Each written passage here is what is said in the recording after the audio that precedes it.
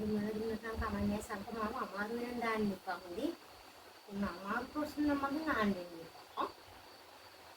ඔයා ලේසි ප්‍රශ්න ටිකක් අහන්න නැත්නම් මට උත්තර දෙන්න බැරි වෙයි. අනිත් ඔයා ලේසි ප්‍රශ්න ටිකක් අහන්නකෝ. ඒක මම උත්තර දෙන්නම් ලස්සනට. අමාරු ප්‍රශ්න අහන්න කොනාරේ ඉතින්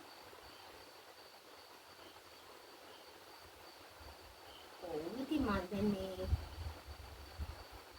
ශේෂ්ත්‍රයට ඇවිල්ලා දැන් අවුරුදු 20ක් විතර වෙනවනේ. මේ කිසිම ගැටලුවක් නෑ. කිසිම කතන්දරයක් ගහගන්න නැතුව ලස්සනට ජීවත් වෙනවා.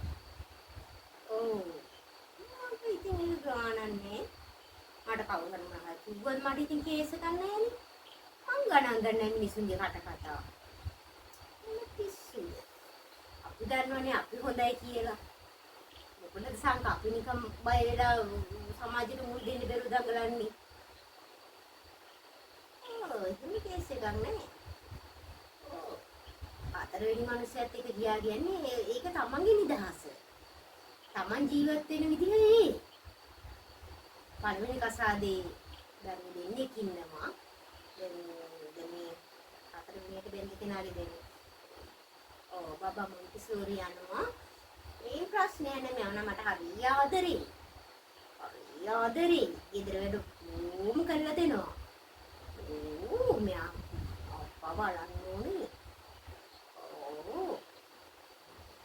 මේ අයිතය හොඳට මේ කෑමිම රසට වියන්න දන්නවා.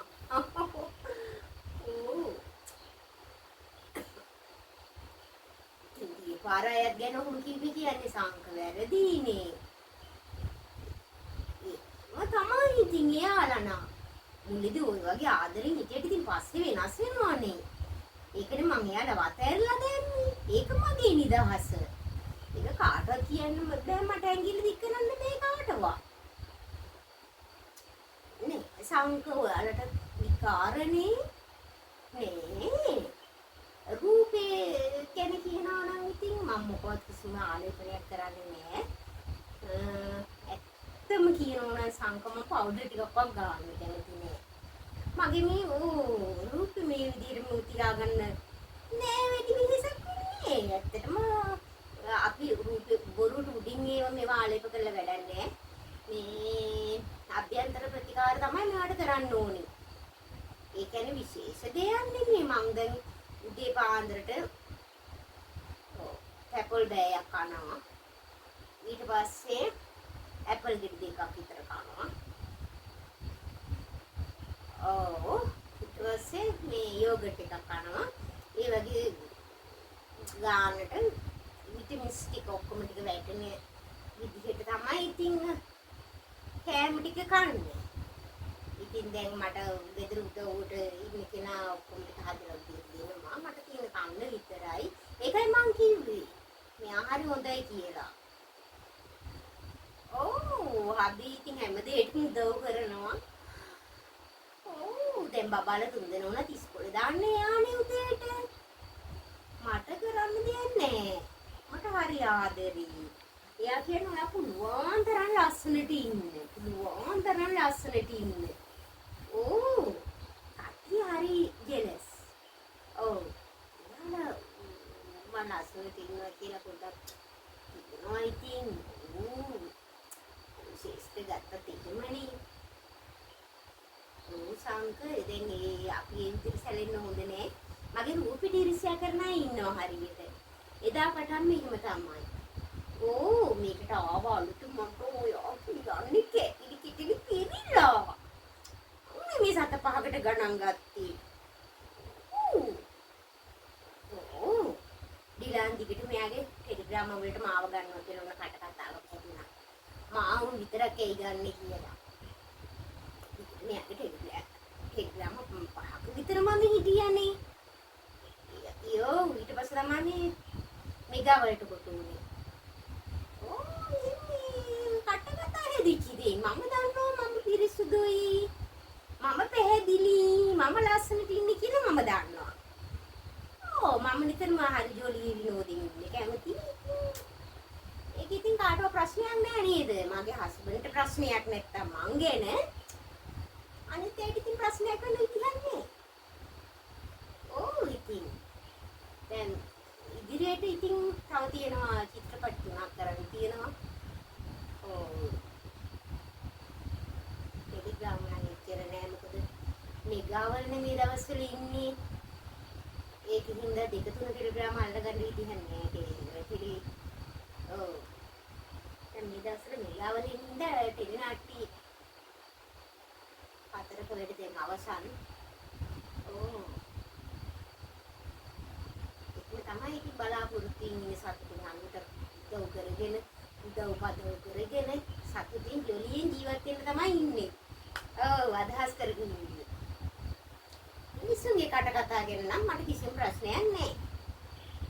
ඔව් ඉතින් ඇයි අනේ බලන්න නාන ඇඳුම ඇඳගෙන නාන එක වරදක්ද කියන්නකෝ.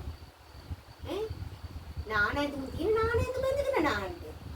ඒව ඉතින් මේ ප්‍රසිද්ධ වෙලා දංගලලා කට්ටියගේ කට කතා ගිහිල්ලා එම් මේ උනාට මට ඉතින් කරන්න දෙන්නේ යන්නේ. ලස්සන රූපයක් තින්න මම එක වෙන්නන්න ඕනේ. නැත්තම් ඉතින් වයසට ගිහිල්ලා වෙන්නේ නාන ඇඳුම් අදින්නේ. ඒකනේ යන්නේ කියන්නේ. දැන් ඒකනේ මම දැන් මේ එහෙමනම් ඒ තරඟවල එක ගන්න විදියක් නැහැ නේ. ඔය ඇඳුම් වලට බය වෙන්න හොඳ නැහැ. තමන්ට මොකද්ද සුදුසු තමන් අදින්න ඕනේ. දැන් මේ ළඟදී තිබුණා මන්ට මේ ටයර් ඇඩ් එකක් ඒක. ඕ ඉතින් තිබුණා මට මේ කොටට ඇඳලා ඉරලා මේ වාඩි වෙලා ඉන්න ටයර් ටික උඩ. මේක දැක්ක විතරයි අනේ ඇඩ් එක දැක්ක. ඕ මේ ආලන් දවුකලපු දැඟිල්ල දැක්කනේ සංක. මට නම් ඉපා වෙනවා සංක. මේක මොකද මන් දන්නේ මිනි. තාම තපියගේ තියෙන හනමිටි අදහස් සංක. හනමිටි අදහස් වලින් මිරිලා. ඉමද ටික නේද? 60 දශක ජීවත් වෙන්න තවත් ඕනේ නෑ අපි. ලස්සනට ඇඳ පෙළඳගෙන ලස්සනට ජීවත් වෙන්න ඕනේ. එතකොට කවුරු හරි හැරිලා හරි බලන්නේ. දැන් බලන්නකෝ. ඒකනේ. දැන් මගේ මේ විවාහ ජීවිතයේ 4 වෙනිය කියලා කට්ටිය උඩ වනිනවා මේ. ඉරිසියා කරලා එයාලට මට ඉරිසියා කරන්න ඕනේ නෑනේ සංක. එයාලට පෞල් ජීවිතේ ගත කරන්න බැරි නම් ගන්න පියවර ගත්තට කමන්නේ. ඒක අපි නිදහස. එයාලා නිදහස භුක්ති විඳින්නේ, එන්ජොයි කරන්නේ. මෙයාලා ඉඳගෙන මොකට පද හදනවා. ඒකනේ. එහෙම බෑ. මම නම් බබාලගෙනවත් බලන්නේ වැඩි. එයාලා උදව්ට ඉන්න කට්ටිය බලා ගන්නවා. මමගේ ෂූටින් වැඩවලට යනවා. ඒවා අපිට තියෙන්න ඕනේ අපේ නිදහස. නැත්නම් ඉතින් මේ දැන් ඉන්න හස්බන්ඩ් උනත් මට හරි බයයි. ඒ කතාව ඇත්ත සංක. මේ බය එයා දාලා තව කෙනෙක්ගේ යයි කියලා. මම එහෙම කියලාත් මගේ ජීවිතේ කොටු කරගෙන නැහැ. ඉතින් එයා දැන් ඔය ආදරෙන් ඉන්නකොට ඔහොම ඉන්නවා. එයා වුණත් මට වෙනස්කමක් කරනවා නම් මගේ නිදහසට බාධා කරනවා නම් අහුරනවා නම් එතකොට අපි අපේ නිදහස හොයාගෙන යන්න ඕනේ. ඒකයි මම නම් කියන්නේ ඉතින්. කට්ටිය නොඑක් දේවල් කියනවා ඒවා ටිකක් ගණන් ගන්න කියනවා නේද? මොකද මෙයාලා මේක එක දේවල් කරනවා කියලා මේ මට එන ටෙලිනාටි ප්‍රමාණයවත් මට එන චිත්‍රපට ප්‍රමාණයවත් සංකඩුවීමක් නැහෙනේ. ඒක අපි දැන ගන්න ඕන. අපි රිලැක්ස් එකේ ජීවත් වෙන්න අපිට මේ ටෙලිනාටි ගන්න චිත්‍රපට ගන්න වෙනවා. මොකද එයාලා දන්නවනේ මේ නිලිය ඕන දෙයකට සූදානම් ඕන චරිතයකට සූදානම් කියලා. ඒකනේ තියාගන්න ඕනේ. බලන්න මගේ ජනප්‍රියත්වය. ඒකනේ මට බය නැතුව කෙනෙක් කතා කරන්නේ ඒගොල්ලන්ගේ වැඩවලට. මට තහනමක් නෑ.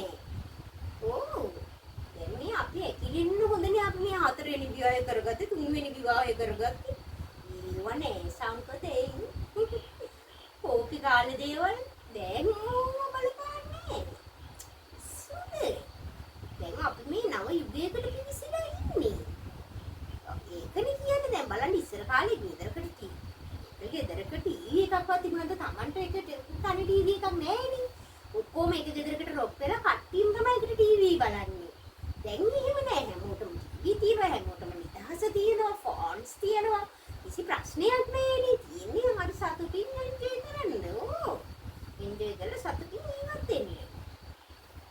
sang ke mangki yan.